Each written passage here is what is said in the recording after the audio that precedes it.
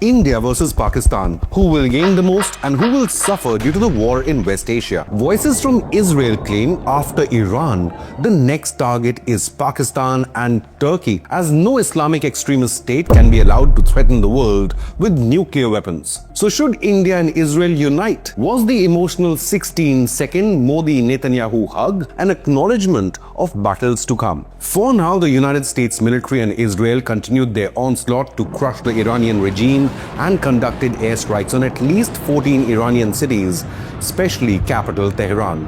The US also struck half a dozen Iranian Navy ships as Trump warned the Iranian military to put down their arms and surrender. Them want to surrender into saving their lives.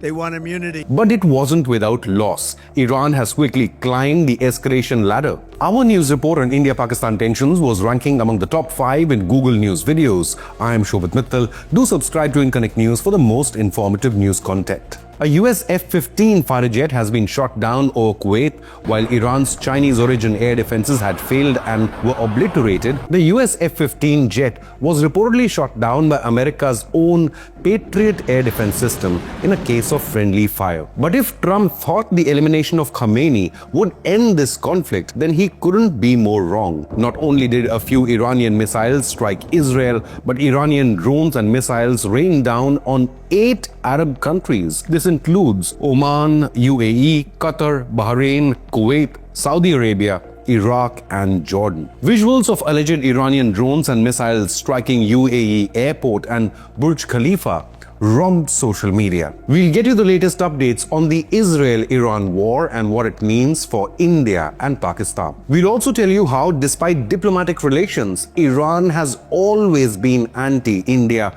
and supplied weapons to Pakistan in the 1965 and 1971 wars to be used against India. Of course, India won the war. 93,000 Pakistani troops surrendered to the Indian army, and Pakistan was divided into two parts. But the protesters in India crying for the Iranian leader must realize he was no friend of Bharat. In fact, Iran was at the center of global terror groups from Hamas in Gaza to Hezbollah in Lebanon to Syria, Iraq and Houthis in Yemen. This war has also busted the myth of Islamic NATO and so-called Muslim Ummah, as no Islamic nation has the capability to stand up to Israel, let alone America. So will Pakistan and Turkey be next in line? The third and fourth days of escalation of the US-Israel-Iran war after USA's Special Operation Epic Fury eliminated Iran's supreme leader Khamenei saw missile strikes and drone attacks from both the sides. But one of the hardest hit countries as a result of this war was Pakistan. Violent protests erupted as pro-Iranian demonstrators stormed the US consulate in Karachi.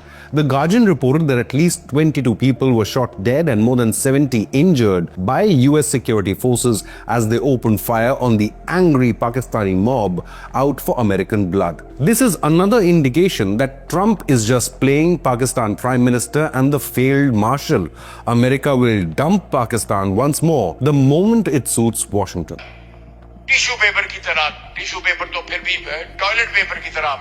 US Marines opened fire to save the lives of American diplomats after protesters tried to enter the restricted areas of the diplomatic compound in Karachi. But it wasn't just Karachi alone. Violent protests broke out in Gilgit-Baltistan and Pakistan-occupied Kashmir. Angry mobs set fire to the United Nations office building in Skardu city. Pakistani police tried to scatter the crowd with tear gas when they tried to march towards the diplomatic enclave. A large number of protesters have gathered outside the UN office in GB and burnt down the building. Local government spokesperson Shabbir Mir confirmed to news agency Reuters. Violent protests also erupted in Islamabad and Lahore.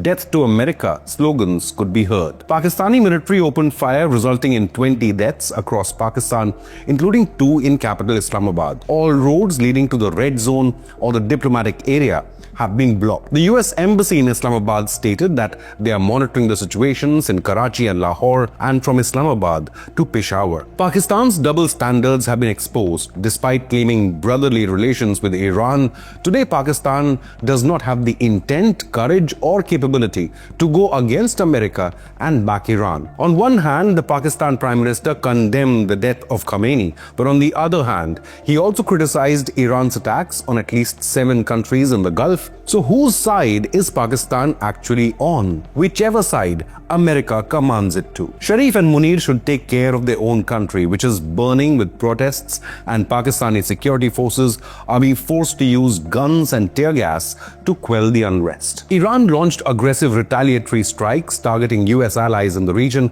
The strikes were not limited to military bases and often hit civilian centers, high-rise buildings and airports. 9 people lost their lives when a missile hit Beit Shemesh in Israel. 3 were killed in UAE. 4 wounded in Jordan, and 3 US troops also lost their lives. Fallen, and sadly, there will likely be more. Before it ends, Iran didn't even spare neutral Oman as the Duqm commercial port was targeted by 2 Iranian drones, which injured 1 worker. The Israeli military strikes to eliminate Khamenei also shows why the fantasy of Islamic NATO is already dead and why the Muslim world simply does not trust each other. Pakistan had signed a strategic mutual defense agreement with Saudi Arabia in September 2025 with the hopes to establish an Islamic NATO.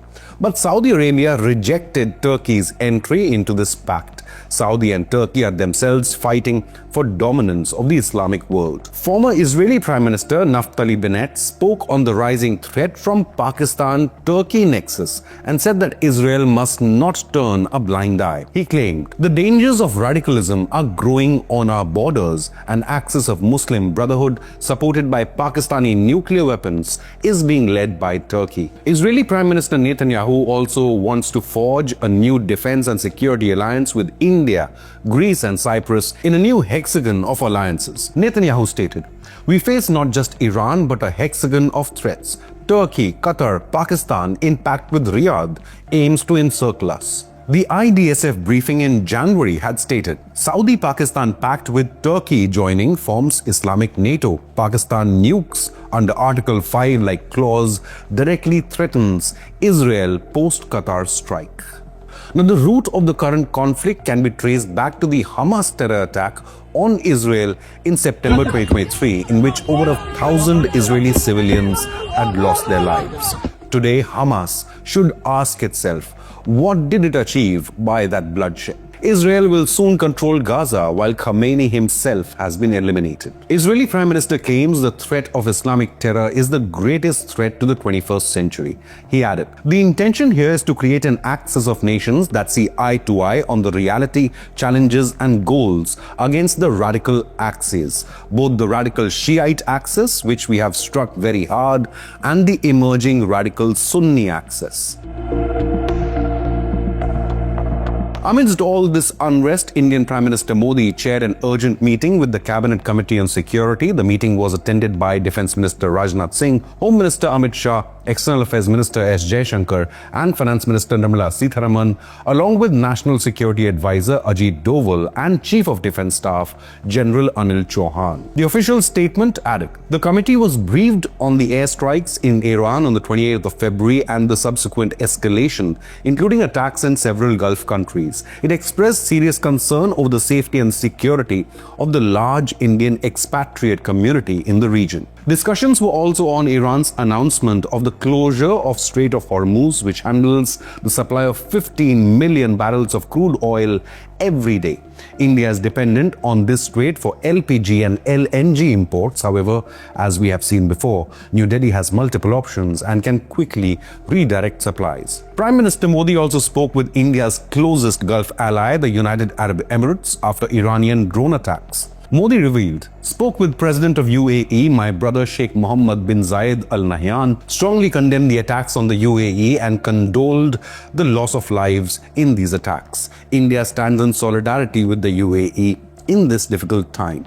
Thanked him for taking care of the Indian community living in the UAE. We support de-escalation, regional peace, security and stability." Meanwhile, there have been several protests held across India as well by Shia community over the death of Khamenei, from Srinagar's Lal Chowk to Anantnag and Pulwama in Jammu and Kashmir, to Lucknow and Kanpur, and even capital New Delhi. Such people fail to realize that Iran often backed Pakistan against India. All of them should be encouraged to leave India and migrate to Iran.